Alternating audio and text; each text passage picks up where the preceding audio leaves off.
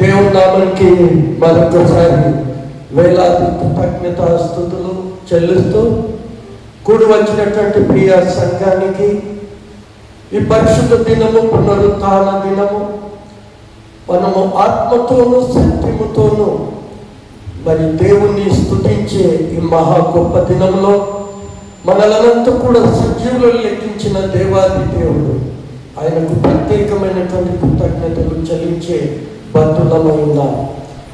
ఏది ఏమైనప్పటికీ మరి సమయం కూడా చాలా ఉంది, కంప్లీట్గా దానిపై మనము పరిశీలన చేయవచ్చు. 6వ అధ్యాయంలో 7 ముద్రలు అన్నాము. ఇంతవరకు ఎన్ని ముద్రలు విప్పారు, ఏమర్థమైందో కొంచెము రీక్యాప్చులేషన్ అనగా పునర్విమర్శ. మరి 7వ అధ్యాయంలోనికి పరిశుద్ధాత్మ దేవుడు మనలను నడిపించే ఆ యోగ్యత మనకిచ్చాడు. మరి నేను ఇంతకుముందే చెప్పాను, ప్రకటన గ్రంథంపై ఉన్నన్ని కాంట్రవర్సీ, లేకపోతే భేదాభిప్రాయాలు, లేకపోతే ప్రతి సంఘంలో ప్రతి విశ్వాసిలో రకరకాలైనటువంటి అనుభవాలు అందుకని ప్రకటన గ్రంథాన్ని చదవడము వెలిసిపోతాము, భయపడిపోతాము. కారణము ఏమైంటుంది అంటే అక్కడ చక్కటి మాట రాయబడిన మొదట దేవుడు తీసుడక్కర్లేదు. ఈ ప్రవచన వాక్యమును చదువువాడును వాటిని విని గ్రహించువాడును ధన్యుడు అని అంతకంటే ముందు ఈ సంగతులు త్వరలో సంభవించనున్నాయి. ఏంటి అనగా వర్తమాన భూత భవిష్యత్తు కాలములలో. ఈ మాట నేను ఎందుకు జ్ఞాపకం చేస్తున్నానంటే, యేసు ప్రభువు 2వ రాకడలో దొంగ వలె వస్తాడని అనేక బోధకులు బోధించడం జరుగుతుంది. మరి ప్రకటన గ్రంథానికి జతపరిచి 3 అధ్యాయాలు 3 గ్రంథాలు మనం చెప్పుకున్నాం. ఎక్కడైనా నేను దొంగలకు వస్తాడని దేవుడు చెప్పాడా? ఆలోచన చేయమని మనవి చేస్తుంటున్నా. ఇవన్నీ చదివాడు, ఇవన్నీ జరగనైనాయి, జరగబోయే సంగతులన్నీ కూడా మీకు ముందుగా తెలుసు. అదే మత్తయి సువార్త 24:23 అంటాడు, ఇవన్నీ జరగవలసిందే కనుక నేను మీకు ముందుగా బోధించి అంటాడు. మొదటి తెస్సలోనికీయులకు రాసిన పత్రిక 5వ అధ్యాయం 3లో అంటాడు, ఇదిగో ప్రసవించు స్త్రీకి ప్రసవ వేదన కలుగునట్లుగా ఆ సమయంలో నేను వస్తాను, మీరు మేలుకు కలిగి జాగ్రత్తగా ఉండండి. ఇన్ని లేఖనాలు సెలవిస్తుంటే నాతోటి సాదాసులు బోధకులు యేసు ప్రభు దొంగలకు వస్తున్నాడు. ఎంత విచిత్రం అండి, అర్థమైతే లేదు వాక్యాన్ని. ఈ ప్రకటన గ్రంథమున్న మర్మాలు ఒక్కొక్కరు సంఘము ముందే ఎత్తబడారు. మరి ఎవరి కొరకు శ్రమలు, ఎవరి కొరకు ఈ యొక్క 7 ముద్రలు, 7 బూరలు, 7 పాత్రలు ఎవరి కొరకు? సంఘం ఎత్తబడితే ఇంకెవరి కొరకు అండి? అంతా సాతాను కలసంలో పెరిగేవారే కదా. ఏం అర్థమవుతుంది? అసలు దైవ సేవకులకే ప్రకటన గ్రంథాన్ని అర్థం కాకపోతే, ఒక సేవకుడు అన్నాడంట లూకా సువార్త 16వ అధ్యాయంలో ఉన్నటువంటి ధనవంతుని, అయ్యా తీర్పు జరగలేదు. తీర్పు జరగకుండే ధనవంతుడు పాతాళానికి ఎలా వెళ్ళాడు? ఆయనకు తీర్పు. మీరు ఏ సంఘానికి వెళుతారు? ఏ సంఘంలో మీ ఆత్మీయతను అభివృద్ధి చేసుకుంటున్నారు? నిజమే ప్రియమైన దేవుని పిల్లలరా, అక్కడ 2 ఉన్నాయి. పాతాళం అనేది ఉంది, నిత్య అగ్నిగుండము, ఆరని అగ్నిగుండం అనేది ఉంది. అక్కడ మరణించినటువంటి వారు విశ్రాంతి పొందే స్థలాలు ఉన్నాయి. అప్పుడు తీర్పు కడపూరం రోగుతుంది. మొదటి కొరింథీ పత్రిక 15:52లో కడపూర చివరి పూర ఊదబడాలి. అప్పుడు మనుష్య కుమారుడు కడపూరం రోగినప్పుడు ఆయన శబ్దంతో దిగి వస్తాడని అనేక లేఖనాలు సెలవిస్తున్నప్పటికీ ఈ 6వ అధ్యాయంలో మరి 6 ముద్రల గురించి చెప్పుకున్నాను. ఈ 6 ముద్రలో ఉన్నటువంటి ఏమిటనగా పైనను లోపలను ముద్రించినటువంటి. ఇంతవరకు ఈ 7 ముద్రలు జోలిపోలే. 7వ ముద్ర ఇక్కడ 7వ అధ్యాయంలో లేదు. 6 ముద్రలున్నాయి. 8వ అధ్యాయంలో 7వ ముద్ర విప్పబడుతుంది. తద్వారా 7 పూరలు ఊదాలి, తద్వారా 7 పాత్రలు పోయబడాలి. అంత్య అబద్ధ క్రీస్తు దేవుని యొక్క ఆలయంలో బలులను నిలిపించి, నేను దేవుడను, నాకు బలులు అర్పించండి అని చెప్పాలి. ఇది 3వ మందిరం కట్టబడాలి. ఎర్రని ప్రియ బలి చేయాలి. 6 ముద్రలు. యేసు ప్రభు ఇక్కడ మనం ముద్రలు వినబోతున్నాం. మొదటి ముద్ర విప్పినప్పుడు ఏం కనిపించింది? అపోస్తుడైనటువంటి యోహానుకు. అందుకని జాగ్రత్తగా గమనించాలని చెప్పి, ఏదో వేరే టప్పుడు ఇష్టానుసారంగా చెప్పొచ్చు, కానీ వచనాలు లేఖనాలు ఏం చెప్పుతున్నాయో ఈ అపోస్తులు చెప్పింది ఇంకెవరైనా చెప్పారా? ఇంకెక్కడైనా వ్రాయబడిందా? దీన్ని ఖండిస్తుందని వ్యాఖ్యాన పద్ధతులను పాటించకపోతే ఈ పరిశుద్ధ గ్రంథము అర్థం కాదు. ప్రియమైనటువంటి దేవుని సంగమం, మొదటి ముద్రను విప్పినప్పుడు అంటుంది, ఇదిగో తెల్లని గుర్రము ఎక్కి వస్తున్నాడు. విల్లు ఉంది కానీ బాణములు లేవు. మత్తయి సువార్త 24వ అధ్యాయం అన్నాము, మార్కు సువార్త 13వ అధ్యాయం అన్నాము, లూకా సువార్త 21వ అధ్యాయం అన్నాము. దీనికి జత ఈ 3 గ్రంథాలు కూడా ఈ యేసు ప్రభు రాకడ గురించి సేమ్ ప్రవచనాలు ప్రకటింపబడుతున్నాయి. ఎప్పుడు యేసు ప్రభు వస్తున్నాడు, ఇక వచ్చే అగ వచ్చే అనేకులు కోరుకుని చెప్పారు. ఇక వస్తున్నాడు, అయిపోయింది సమయం. ఇవన్నీ చెప్పకుండా ఈ ప్రవచనం నేర్పులు బూరలు అంత్యబద్ధ క్రీస్తు రాకముందే యేసు ప్రభు ఎలా వస్తాడని వాళ్ళు చదవడం లేదని ఒకటి. అక్కడ అనేకులు నా పేరిట, అనేకులు అంతవరకే మొదటి బూరలో ఉంది. మొదటి ముద్రలో అనేకులు నా పేరిట నేనే క్రీస్తునని వస్తారు. అక్కడ మత్తయి సువార్త 24:4-5 వచనంలో రాయబడి, మీరు కలవరపడకండి, మీరు భయపడకండి, అనేకులు అబద్ధ క్రీస్తులు వస్తారని చెప్పారు. అబద్ధ క్రీస్తులు ఎవరు వస్తారు, ఎంతమంది వస్తారు, ఎలా వస్తారనేది 7వ ముద్ర విప్పిన తర్వాతనే పూర్తిగా మనకు తెలుస్తుంది. అన్ని ముద్రలు ఇప్పబడాలి, తర్వాత పూరలు కూడా ఊదాలి. అప్పుడు లోపలున్న సత్యము ఎక్కడి నుండి అబద్ధ అంతిమ క్రీస్తు వస్తాడు, యాంటీ క్రైస్ట్. ఇవన్నీ 7వ ముద్ర విప్పిన తర్వాతనే క్లుప్తంగా మనకు అన్ని అర్థమవుతాయి. ఇది పై లోపటను వెలుపటను ముద్రింపబడినటువంటి ఈ ముద్రలు అపోస్తుడైనటువంటి యోహాను గారు చూస్తున్నటువంటి మాటలు. ఇది మొదటి ముద్రలో.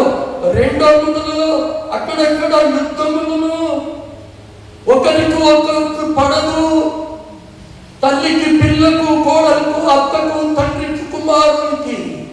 ఇదిగో పైన ఇప్పుడు జరుగుతలేవా?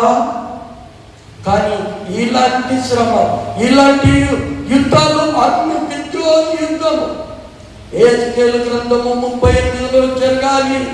రోషన్ వాడు, రష్యన్ వాడు వాళ్ళ మిత్ర దేశాల నుంచి ఇస్రాయేల్ దేశం మీద యుద్ధం చేయాలి. అదెంత కాదు, అరుణితో యుద్ధం అని హెజ్కేలు గ్రంథం 39 నెరవేరాలి. అప్పుడు ప్రపంచ దేశాలన్నీ ఇస్రాయేల్ దేశంపై యుద్ధం చేయలే.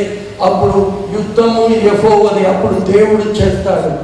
అప్పుడు అంతిమ అబద్ధ క్రీస్తు వస్తాడు. ఇవన్నీ జరగలేదు. పరిశుద్ధ గ్రంథాన్ని పక్కకు పెట్టేశారు. ఎవరికి తోచిన బుర్ర వాళ్ళకు మాట్లాడేస్తున్నారు. 2వ ముద్ర విప్పినప్పుడు ఇదిగో ఎర్రని గుర్రం వస్తున్నవాడు యుద్ధానికి, రక్తపాతానికి అనేకులు హతసాక్షులుగా మార్చబడాలి, హతసాక్షులుగా మరణించాలి. ఈ శ్రమలన్నీ విశ్వాసులైన క్రైస్తవులు పొందకూడదా? మరి శ్రమలు ఎవరికి? చాలా జాగ్రత్తగా ఆలోచించండి. 3వ ముద్ర విప్పినప్పుడు ఇదిగో ఇదిగో నల్లని గుర్రమని. అప్పుడు ఏంటంట, కరువులు వస్తాయి, అధికమైన ధరలు పెరిగిపోతాయి, ఎక్కడ ధాన్యము దొరకదు. నల్లని అనగా త్రాసుపై తూచేటటువంటి అధిక రేట్లతో ధాన్యపు గింజలు దొరకవు. ఎప్పుడు ఈ ముద్రలన్నీ విప్పిన తర్వాత అబద్ధ అంతిమ క్రీస్తు కూడా ముద్ర ఒకటి ఉంది. ముద్రలో చాలా 2 రకాలు. ఏంటి వాని ముద్ర? అబద్ధ అంతిమ క్రీస్తు ముద్ర ఏంటి? పరిశుద్ధ గ్రంథం 6:6:6 అనే ముద్ర, వాడు నొసటి మీదను చేతుల మీదను ముద్రించబడదు. వాళ్ళకే రేషన్ దొరుకుతుంది. విశ్వాసులకు లేదు. సాధిపతి స్త్రీని నడిపినట్టుగా దేవుడు విశ్వాసులను పోషిస్తాడు. ఇవన్నీ ఈ రాబోయే రాకడకు సూచనలని పరిశుద్ధ గ్రంథం. ఇవన్నీ సూచనలు. మరి ఏం చేయాలంటే అయిపోయింది మనుషులు, అయిపోయింది మనుషుల గతి. ప్రియమైన దేవుని సంగమా, ఈరోజు వాక్యం వింటున్నటువంటి మనము పరిశుద్ధ గ్రంథాన్ని, అందుకనే అంటాడు, పరిశుద్ధ గ్రంథమును చదివినప్పుడు ఇదిగో ఆ లేఖనాలను పరిశీలించమంటాడు. అదే అప్పుడు మన అపోస్తుల కార్యములు 17:11 అంటాడు, పౌలు శీలను బోధించినవి అలాగున్నాయా లేదని బెరేతు సంఘము పరిశీలించిన రీతిగా వాక్యాన్ని పరిశీలించే స్థితిలో ఉంటున్నాము. 3వ పూర్వ ఊదినప్పుడు, ముద్ర విప్పినప్పుడు అక్కడ కరువులు కాటకాలతో పాటు అధికమైనటువంటి ధరలు, ధాన్యము పండదు. ఆనాడు యోసేపు కాలంలో 7 సంవత్సరాలు కరువు వచ్చినట్టుగా ఇప్పుడు కూడా కరువులు రాలేదా? ఇలాంటి కరువు వల్ల మన జీవితంలో రాదు అంటుంది లేఖనం. ఇవన్నీ శ్రమలకు 4వ ముద్ర విప్పినప్పుడు పాండు వర్ణము అనగా కరువులుంటాయి, యుద్ధాలుంటాయి, అనేకులు అబద్ధ క్రీస్తులు వస్తారు, అనేక కరువులు. సువార్త 21:11 ఆ ప్రవచనము నెరవేర్చబడాలి. తెగుళ్ళు, ఈ తెగుళ్ళు మళ్ళీ ఎప్పుడు రాదు అంటుంది లేఖనము. యుద్ధాలు, ఇది చివరి యుద్ధము అంటుంది. ఈరోజు వాక్యం ఇస్తున్నటువంటి న్యూ లైఫ్ కల్వరీ సంగమా, చాలా జాగ్రత్తగా కడవరి దినాల్లో అనగా చివరి దినాలలో ఇవన్నీ ప్రపంచంలో జరుగుతున్న సంఘటనలు చూస్తుంటే ఇప్పటికైనా బారు మనసు అనుభవంలోనికి మనము నడిపింపబడాలి. ఇప్పటికైనా రూపాంతర అనుభవంలోనికి నీవు నేను నడిపింపబడాలి. వాక్యముతో సరిచూస్తూ, వాక్యంతో మనము పోల్చుకుంటూ ఈరోజు ప్రేమని దేవుని సంగమం అనేకమైనటువంటి తెగుళ్ళు. ఏదో మోసే 10 అద్భుతాలు చేసిన రీతి కాదు. ఈ తెగులు ఇంతకుముందు ఎప్పుడు చూద్దాం ఆ మాట కూడా. ఇది 4వ ముద్ర, 5వ ముద్ర చాలా భయంకరమైంది. 5వ ముద్ర విప్పినప్పుడు ఇదిగో దేవా ప్రభువా నాదా, ఎందాక నువ్వు తీర్పు తీర్చకయిందు, నీ వాక్యం నిమిత్తమును నీ సాక్ష్యం నిమిత్తమును అతసాక్షులైనటువంటి బలిపీఠం కింద మరణించిన విశ్వాసులు మొరపెడుతున్నారు. వెయిట్ సమ్ టైం, ఇంకను చాలా మంది అససాక్షులు కావాలి. కొద్ది కాలం ఇంకా మీరు విశ్రమించండి. ఈ 5వ ముద్ర విప్పినప్పుడు 6వ ముద్ర ఇప్పుడు కాదు, అబద్ధ అంతిమ క్రీస్తు రావాలి. వారి ముద్రలు వేయబడాలి. ఏదైతే దేవుడు అనబడి పూజించబడుతుందో ఆ పూజలన్నీ కూడా నిలిపివేయబడాలి. అప్పుడు 6వ ముద్రలో ఏముంది? ఆకాశపు నక్షత్రాలు రాలి పడుతున్నాయి. సూర్యుడు కంబరి వలె నలుపును, చంద్రుడు ఎర్రని వలె మారిపోవాలి. అప్పుడు 6వ ముద్ర విప్పబడుతుంది. దేవునికి స్తోత్రాలు. ఇది 6వ అధ్యాయంలో పరిశుద్ధాత్మ దేవుడు మనకు బోధిస్తున్నటువంటి విషయము. 7వ అధ్యాయము 1వ వచనము. అమ్మ ఎవరైనా చదువుతారా? 7వ అధ్యాయము ప్రారంభ వచనము. అంటే ఏ తర్వాత ఈ ముద్రలన్నీ విప్పబడాలి. అంటే 6 ముద్రలు మాత్రం ఇవి తూచి. కానీ ఇంతకుముందు కూడా నేను జ్ఞాపకం చేసినాను. ఈ 6 ముద్రలు ఎట్లా విప్పబడాలి? తూచీగా. ఈ ముద్రలో ఉన్న అంతరాత్మ అంతా కూడా 7వ ముద్ర విప్పిన తర్వాతనే పూర్తి సమాచారం మనకు అందుతుంది. 7 ముద్రలు విప్పబడాలి. విప్పబడిన తర్వాత యుద్ధాలు, ఎలాంటి యుద్ధాలు వస్తున్నాయి, మళ్ళా యుద్ధాలు జరుగుతాయా లేదా, మళ్ళీ ఎలాంటి కరువులు వస్తున్నాయి, ఎలాంటి మరి జగుళ్ళు వస్తున్నాయని పూర్తిగా పరిపూర్ణంగా అప్పుడు మనకు తెలుపబడుతుంది. ఇప్పుడు ఒకసారి మత్తయి సువార్త 24వ అధ్యాయము 4-5 వచనాలు మీరు చదివితే, యేసు వారితో ఒలివల కొండ మీద కూర్చొని రాకడ కొరకు సూచన లేని ప్రభువా అని ఎవరు అడిగారండి? ప్రజల ఆయన శిష్యులు ఏకాంతంగా ఒలివల కొండ మీద కూర్చున్నటువంటి సంఘటన ఇది. మర్చిపోవద్దు. ప్రకటన గ్రంథం అంతా కూడా ఒలివల కొండ మీద కూర్చొని రాబోయే యుగ సమాప్తి, ఈ కలియుగము ముగిపోయింది. ఇది బ్రహ్మంగారి కలియుగం కాదు, యేసు ప్రభు రాబోయే సంగతి. అందుకనే ఇంత కఠినంగా, ఇంత భయంకరంగా పరిశుద్ధాత్మ దేవుడు మరి ప్రకటన గ్రంథాన్ని మనకు రాయించడం జరిగింది. ఈ సంగతులు చదివిన తర్వాత భూమి యొక్క 4 దిక్కులు, ఈస్ట్ వెస్ట్ నార్త్ సౌత్ అంటే భూగోళం చుట్టున్నటువంటి 4 దిక్కుల, భూమి దిక్కు 4 దిక్కులో ఉన్నటువంటి 4 దేవదూతలు నిలిచి ఉండి భూమి మీదనైనా సముద్రము మీదనైనా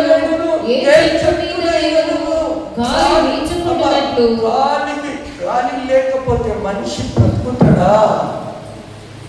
జీవవాయువు మూలగా నరుడు, ఆ జీవం కలిగినటువంటి ఆ దేవుడు, ఆ దూతలు దేవుని చేత అధికారం పొంది ఇదిగో పూర్తి వాయువును పట్టుకొని వీచకుండా ఆ వాయువును చేతుల పట్టుకున్నారంట ఈ ప్రపంచాన్ని నాశనం చేయడానికి. అప్పుడు ఒక దూత వచ్చాడంట. ఇంకొక దూత వచ్చి ఆగు, ఇదిగో దేవుని చేత ముద్రింపబడిన వారు ఎవరండి? దేవుని చేత ముద్రింపబడిన వారు ముద్రించాలి. ఒక్కొక్కరి మీద మేకలను, గొర్రెలను సెపరేట్ చేసినట్టు చేయవలసిన అవసరం ఉంది. ఇక్కడ ఇంతమంది ఉన్నాము, ఇంతమంది ఎత్తబడి, అది ర్యాప్చర్ కదా. ప్రీ ట్రిబులేషన్ కాకుండా, శ్రమలు అనుభవించకుండా విశ్వాసులు ఏమాశపడుతున్నట్టే మేము తొందరగా వెళ్ళిపోవాలి, ఎవరన్నీ వెళ్ళిపోకో. ఇవన్నీ ముందున్నాయి, ఇవన్నీ చివరిగానే మనం చెప్పుకుంటున్నాం.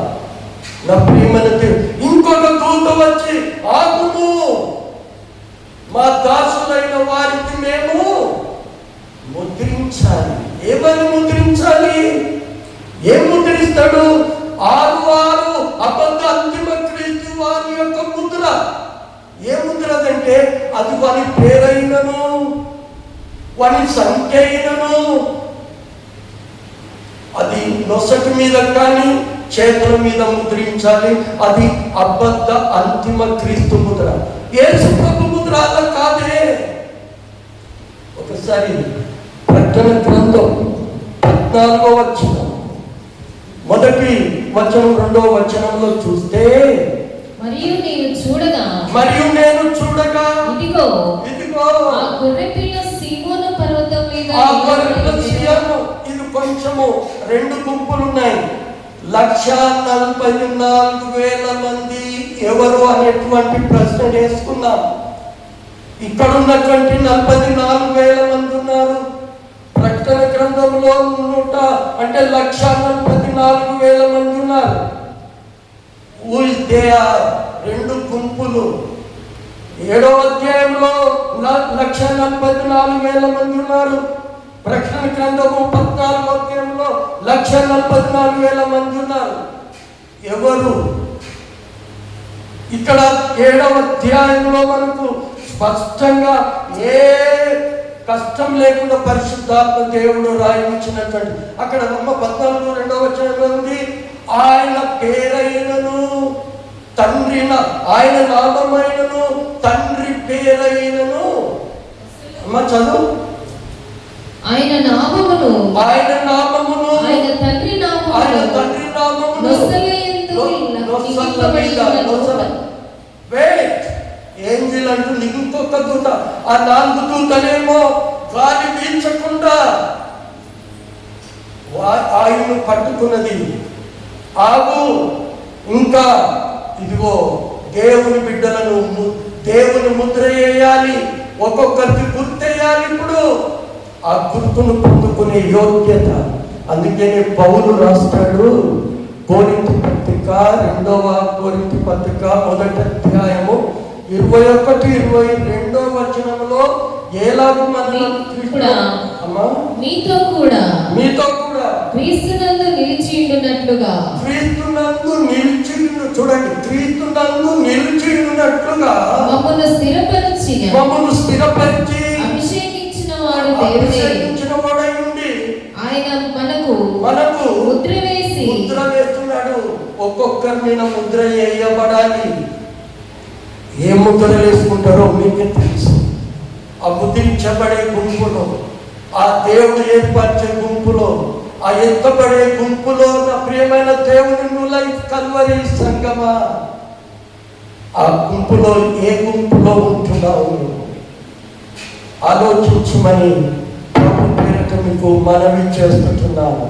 అక్కడ ఆయన నామమును కానీ తండ్రి నామము ఆ నొసళ్ళ మీద వేయాలి.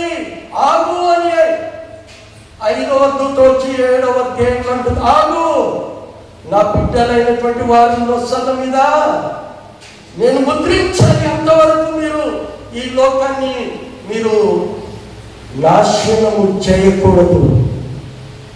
ఆ ముద్రించబడిన వారు అక్షరాల ప్రకారంగా ఆ ఇశ్రాయేలు ప్రజలే, యూదులలో నుంచి రక్షింపబడిన వారే 1,44,000. ఇప్పుడు అక్కడ గోత్రాలు ఉన్నాయి.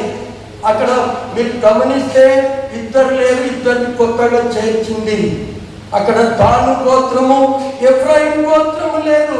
యోసేపు బెన్యామీను గోత్రం వచ్చింది. ఆ 12 గోత్రాలు ఇదిగో ఇప్పుడు 4వ వచనమమ్మ 7వ అధ్యాయము మరియు ముద్రింపబడిన వారి లెక్క చూడగా ఇశ్రాయేలు గోత్రములన్నిటిలో యూదులు అనడం లేదు. అక్కడ ఇశ్రాయేలు గోత్రములో ముద్రింపబడిన వారు 1,44,000 మంది. అంటే ఆ ముద్రింప రాకడలో ఆ ఎత్తబడి గుంపులో ఈ 1,44,000 మందేనా? మిగతా వారి సంగతి అంటే కేవలము ఇశ్రాయేలు ప్రజలలో ఆ గోత్రములలో నుండి ఏర్పరచబడిన వారి సంఖ్య మాత్రమే. 1వ అధ్యాయంలోనేమో ఆయన ఇది 4 భాగాలుగా మనం విభజించి చదివితే మొదటి ఆ 4 వచనాలలో ఆగు అని ఆయన వీచకుండా పట్టుకున్నది. 5వ దూత వచ్చి ముద్రించిన వారి సంఖ్యను చెప్పి అక్కడ గోత్రాల రూపే నుంచి బెన్యామీను వరకు 12 × 12 12,000 144,000 మంది. ఆ ఓన్లీ ఇశ్రాయేలు ప్రజలు మాత్రమే. ఏంటి గారు, వాట్ అబౌట్ అవర్స్, మన సంగతి ఏంటి? ఇది 8వ వచనం వరకు మాత్రమే ముద్రించారు ఇశ్రాయేలు ప్రజలలో నుంచి. ప్రియమైన దేవుడు, అదే జరగబోతుంది. ఇశ్రాయేలు ప్రజల్లో ఆ ముద్రలు ఆ గ్యాప్ వచ్చింది.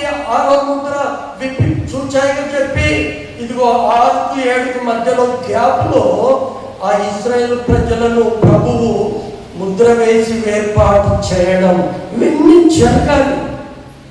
ఇదంతా కాల కార్యక్రమంలో వచనము, అందుకనే ఆకాశమును భూమిని గతించినను నా మాటలు.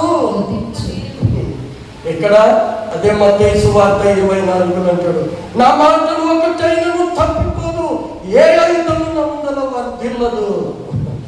యేసయ్య హల్లెలూయా, హల్లెలూయా, హల్లెలూయా. నిద్రపోతు జాగ్రత్తగా పరిశుద్ధాత్మ దేవుడు ఇదిగో నీ పెద్దల కడ లేచినప్పుడు ఆ 5 మంది 10 మందిలో 5 మంది ఉన్నారే, మీరెవరో నేను మిమ్మల్ని ఎరగాననే పరిస్థితి వస్తుండొచ్చు. అంత సిద్ధపడ్డారు పెళ్లి కుమారుని ఎదుర్కొనుటకు. చాలా పెళ్లి కుమారుడు ఆలస్యం అయిపోతుంది.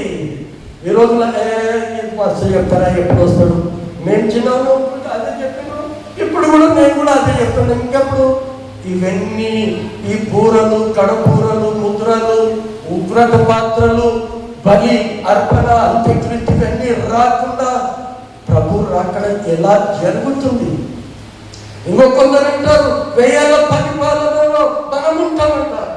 1000 పరిపాలనలో ఎవరు ఉంటారు? ఆ పరిస్థితులు ఎప్పుడు?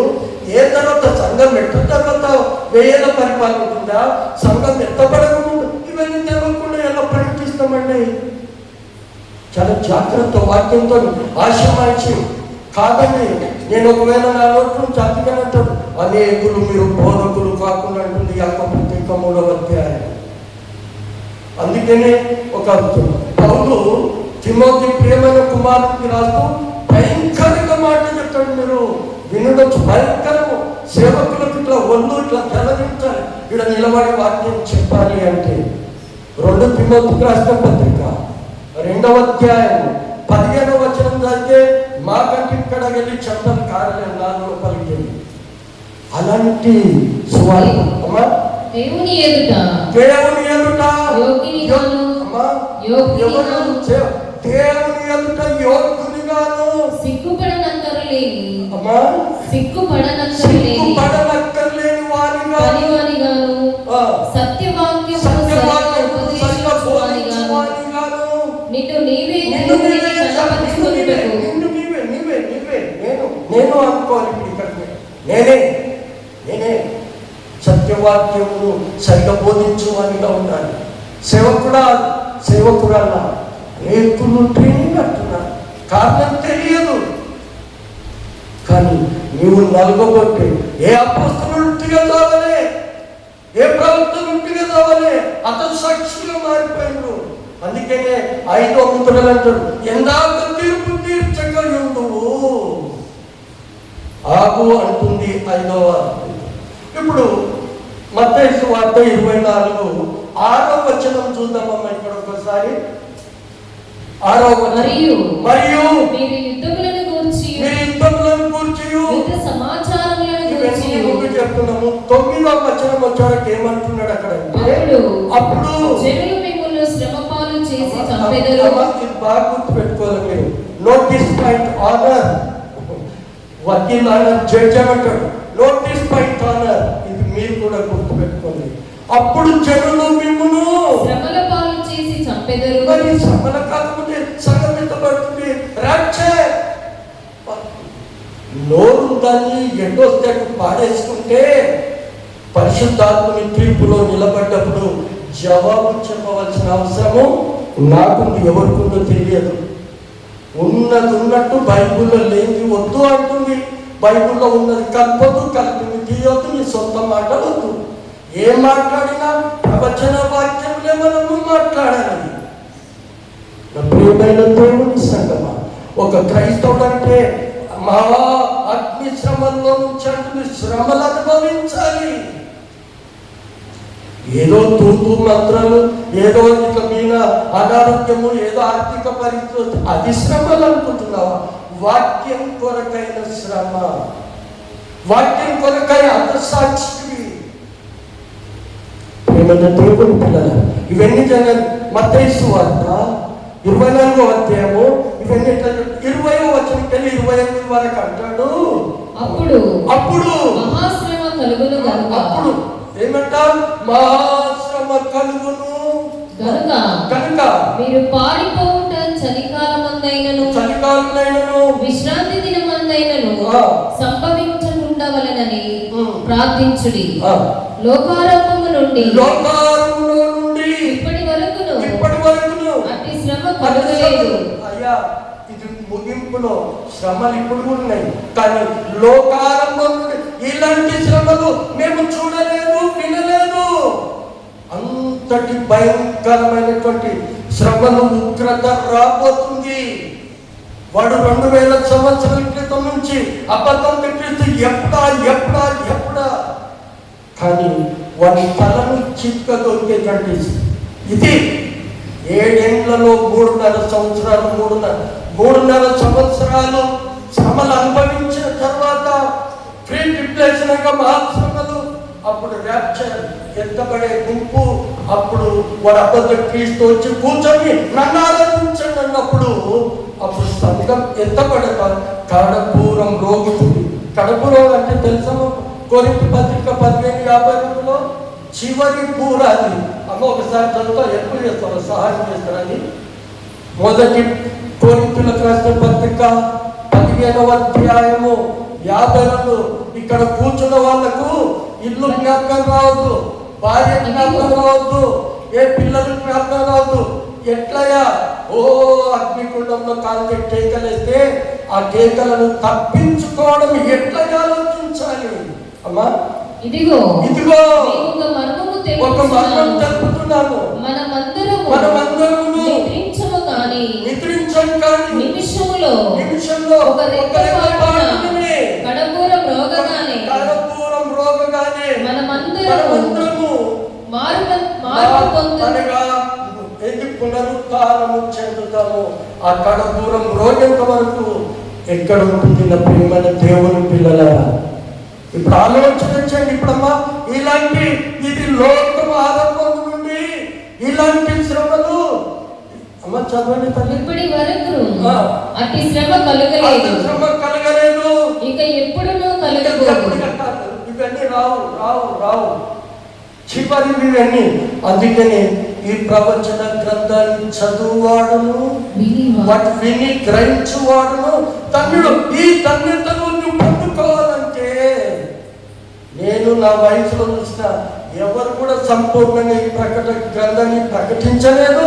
ఎవరికి ఇచ్చిన వచ్చిన సంఘాలలో వాళ్ళు ప్రకటిస్తున్నారు.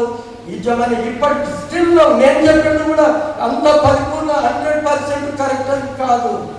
నేను తెలుసుకున్నది, నేర్చుకున్నది, కొన్ని బుక్స్ విని, కొన్ని ప్రసంగాలు విని నేర్చుకుని చివరికి నా ఆలోచన ఇలా ఉంటుందేమో అని ఆలోచన మాత్రమే. ఇది 100% అంటే ఇంకో గారు చెప్తే అయ్యా ఇట్లానే ఇది కాంట్రవర్సీ, రెవల్యూషన్. ప్రియమైన దేవుని సంఘం అక్కడ అంటున్నాడు, ఏమన్నాడు కొరింథీ 2వ పత్రికలో, మీరు క్రీస్తునందు ముద్రింపబడిన వారి, క్రీస్తు ముద్ర వేయాలి మీకున్నట్టు. అందుకే నాకు మా దాసులైన బిడ్డలకు మేము ముద్రించిన తర్వాత లెక్కిస్తే 1,44,000 మంది. ఓకే అమ్మ, కొంచెం 20 వరకు అయిపోతే ఇది ముద్రించుకుంటాం మనము. ఆ దినములు తక్కువ చేయబడకపోయిన ఎడల ఏ శరీరియు తప్పించుకొనడు. ఏర్పరచబడిన వారి నిమిత్తము ఏర్పరచబడని ఇదే ముద్ర ఏర్పాటవుతుంది. ఆ దినములు తక్కువ చేయబడను. ఆ కాలమందు ఎవడైనను ఇదిగో క్రీస్తు ఇక్కడ ఉన్నాడు. ఇది జరగాలి, ఇక్కడ ఉన్నాడు. ఇప్పటి కూడా అనేకులు ప్రవచిస్తున్నారు, క్రీస్తు వస్తున్నాడు, నేనే క్రీస్తును అని. కానీ ఆ క్రీస్తు అబద్ధ అంత్యక్రీస్తు ఎవరు, ఎక్కడ నుండి వస్తున్నాడు, ఏ దిశ నుండి వస్తున్నాడు, ఇవి తెలియకపోతే వారి యొక్క రాకడ సూచనలు ఎలా గుర్తుపట్టగలుగుతామండి? అబద్ధాంతిమ క్రీస్తును గుర్తుపట్టాలే మనము. ఏ ప్రాంతము ఎక్కడి నుండి వస్తున్నాడో, ఎలా వస్తున్నాడో, ఒక్కడు వస్తాడా, అనేకులు వస్తారా, ఎలా వస్తారు, వాడు వస్తే ఏం చేస్తాడని ఈ 7 ముద్రలు విప్పి స్థూలంగా పరిశీలిస్తే తప్ప మనకు పరిశుద్ధ గ్రంథంలో ఆ 7 ముద్రలు మనకు అర్థం కావు. ప్రియమైన దేవుని పిల్లల, ఇక్కడ అంటున్నాడు మన చదవండి.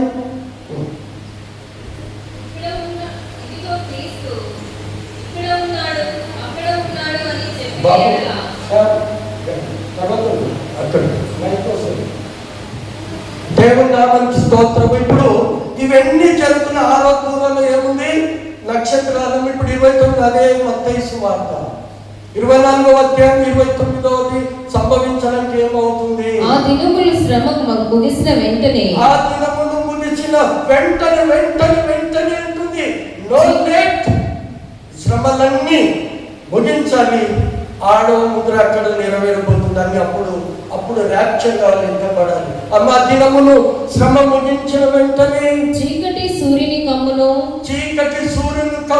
చంద్రుడు కాంతిని ఇయ్యడు, ఆకాశము నుండి నక్షత్రములు రాలును. ఇంత స్పష్టంగా పరిశుద్ధ గ్రంథము లేఖనాలు చెబుతుంటే అయిపోయింది, వస్తుంది, మునిగిపోతుంది, అయిపోతుంది. మళ్ళీ మనం అంటారు 1 దినము 1000 దినాలతో సమానము, మేము వస్తుంది అనుకున్నాం. నువ్వు జాగ్రత్తగా ఉండమన్నాడు. గెసమని తోటలు కూడా ప్రభు అదే చెప్పాడు, మీరు ప్రార్థన చేయండి నాయన, మీకు భారము అయిపోతుంది అన్నాడు. శిష్యులు కొనికి పడిపోతుంటే నా ప్రియమైన దేవుని సంగమ హల్లెలూయా, హల్లెలూయా. అప్పుడు ఆ ఆరో పూరం రోగుతుంది, ముద్ర విప్పబడుతుంది. ఇప్పుడు 7వ ముద్ర కదా ఇక్కడ మనం ఉన్నది. 7వ ముద్ర అనగా 7వ అధ్యాయము. అక్కడ ఏముందంటే 144,000 మంది ఇశ్రాయేలు ప్రజలు మాత్రం. ఇక్కడ ఆ డౌట్ లేదు. ఏ ప్రపంచంలో ఉన్న ఏ సేవకుని అడగండి, రకరకాలు అంటున్నారు. వారే ఎక్కబడే గుంపు. అనేక సంఘాలు వాళ్ళు అంటున్నారు మా సంఘమే 144,000 మంది అంటున్నారు. పెంతుకోస్తలు అంటున్నారు మా సంఘమే 140,000. అంటే మిగతా వాళ్ళంతా ఏమైపోవాలి? వాక్యాన్ని పరిశీలన చేయొద్దా?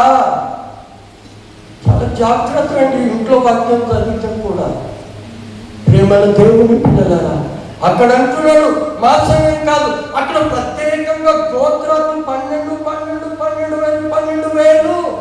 144,000 మంది దేవుని ముద్ర చేత దేవుని ముద్రింపబడిన వాళ్ళు ప్రత్యేకింపబడిన వాళ్ళు అని చెబుతూ ఇప్పుడు అదే 7వ అధ్యాయము 9వ వచనం.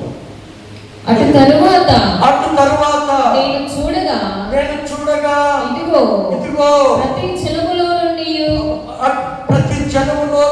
ప్రతి వంశములో నుండి ప్రజలలో నుండి ఆయా భాషలు మాట్లాడు వారిలో నుండి వచ్చి ఇదిగో లేఖనము ఘోషిస్తుంది ప్రతి భాషలో నుండి. అక్కడ యూదులు ఎబ్రి భాష మాట్లాడే వాళ్ళే.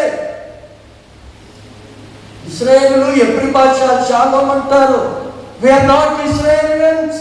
మనం ఇశ్రాయేలం కాదు, క్రైస్తవం, క్రీస్తు బిడ్డలం. దేవుడు ఏర్పాటు చేస్తున్నాడు ఆ కాలంలో ఇశ్రాయేలు. కానీ ఇప్పుడు అంత్యొక సంఘం ఇదైనాక మనము క్రైస్తవులం అనబడి అని 13వ అపోస్తల కార్యంలో చెబుతుంది లేక. క్రైస్ట్ పీపుల్, దేవుని బిడ్డలు. ప్రేమల అక్కడ ఉంటుంది. ఇప్పుడు చదవాలి మంచిగా ప్రతి వంశం ఇక్కడ చూడండి. అక్కడనేమో 144,000 సెపరేట్ జ్యూస్, యూదులు మాత్రమే. అందులో ఎవరు లేరు. అక్కడ అనుమానానికి అవే లేదు. క్లియర్గా గోత్రాలు ఇచ్చాడు. అక్కడ 12 గోత్రాలు, ఒక్కొక్క గోత్రం నుంచి 12,000 21వ ప్రకటన గ్రంథంలో అక్కడ కూడా వస్తుంది. అప్పుడు వాళ్ళకి 21వ గ్రంథానికి అక్కడ 7 కుమారులు 7 అపోస్తలులు అని ఉంటుంది. అప్పుడు వీళ్ళు ఇక్కడ కలుస్తారంటారు. ఇప్పుడు ఆయా భాషను మాట్లాడు వారిలోను, ఆయా ప్రజలలోను, ఆయా జనములలోను, ఆయా వంశములలోను ఎవడు లెక్కింప నో అకౌంటబిలిటీ. అప్పుడు వచ్చాము విశ్వాసులు. దేర్ ఇస్ ఓన్లీ జ్యూస్ 144,000 మంది, ఓన్లీ ఇశ్రాయేల్స్. ఇప్పుడు వచ్చినమే అన్య జనాంగాల నుండి. అదే చెప్పిన, అందుకనే వీఆర్ నాట్ ఇజ్రాయెల్స్. ఇశ్రాయేల్ ప్రజలు ఇప్పుడు వచ్చినాము అన్య జనాంగం. లెక్కింపజాలని ఆయా భాషలు బాబేలు గోపురం దగ్గర భాషలు కారుమారు మతలైనట్టుగా ఆయా ప్రజలోను భాషలోను ప్రజల నుంచి లెక్కింపజాలని ఒక గొప్ప సమూహము కనబడెను. అందులో మనం ఉన్నాము.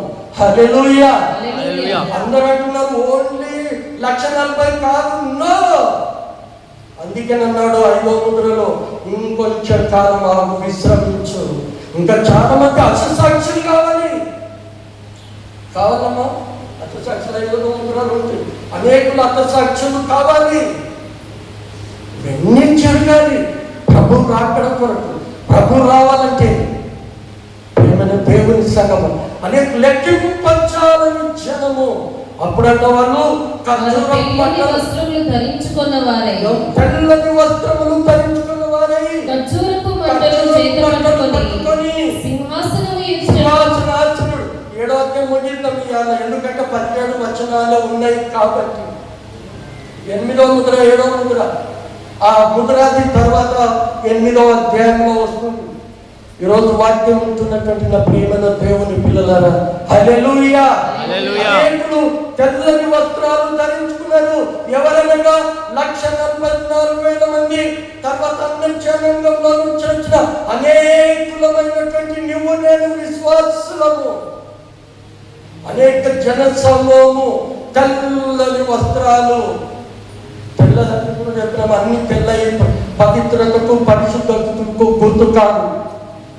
మొదటి ముద్ర విప్పినప్పుడు తెల్లని గుణంలో తెల్లగా వచ్చాడు వాడు, అబద్ధ కీర్తు. అందుకని యోహాను సువార్త 8లో అంటుంది, ఇదిగో వెలుగు దూత వేషం వేసుకొచ్చినట్టుగా. ప్రియమైన దేవుని సంగమం అక్కడ ఖర్జూరపు మంటలు పట్టుకొని ఏం చేశారమ్మా? ఖర్జూరపు మంటలు చేత పట్టుకొని సింహాసనం ఎదుటను గొర్రెపిల్ల ఎదుటను నిలవబడి. ఇక్కడ ఏమన్నా మనము దాన్ని పరిచయం చేయాలని మనకు కష్టం ఉందే. గొర్రెపిల్ల ఏంటంటే ఇక్కడ చూస్తున్నారని అక్కడిక్కడ చూస్తున్నారు. ఇక్కడ గొర్రెపిల్ల ఏంటంట? లోక పాపమును మోసుకొని పోవు దేవుని. ఎవరు చెప్పారు? ఏదైతే ప్రకటన గ్రంథంలో పరలోకవాసి, ఈ ప్రకటన గ్రంథం రాస్తూ పరలోకవాసిగా పరలోకం ఉన్నాడో ఆయన చెప్పిన మాటని మొదటి అధ్యాయం 29లో లోక పాపమును మోసుకొని పోవు దేవుని గొర్రెపిల్ల బలి కావాలి మన కొరకే కల్వరి సిలువలో. చాలా మంది అంటారు 3 మేకులు పెట్టుకున్నాడు దేవుడా. మేకులు పెట్టుకుంటే నీ పాతాళం పోతావు దరిద్రుడా. ఆయన రక్తం చిందించబడాలి. అందుకనే మనం చదివాను, సర్వ పాప పరిహారో రక్త ప్రోక్షణం ఆవశ్యకం, తద్రక్తం పరమాత్మ పుణ్యదాన బలియాగం.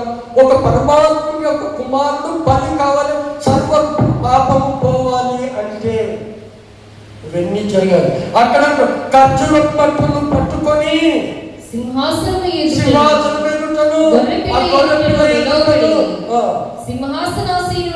సింహాసనాసీనుడైన మా దేవునికి గొర్రెపిల్లలకు మా రక్షణకై స్తోత్రమని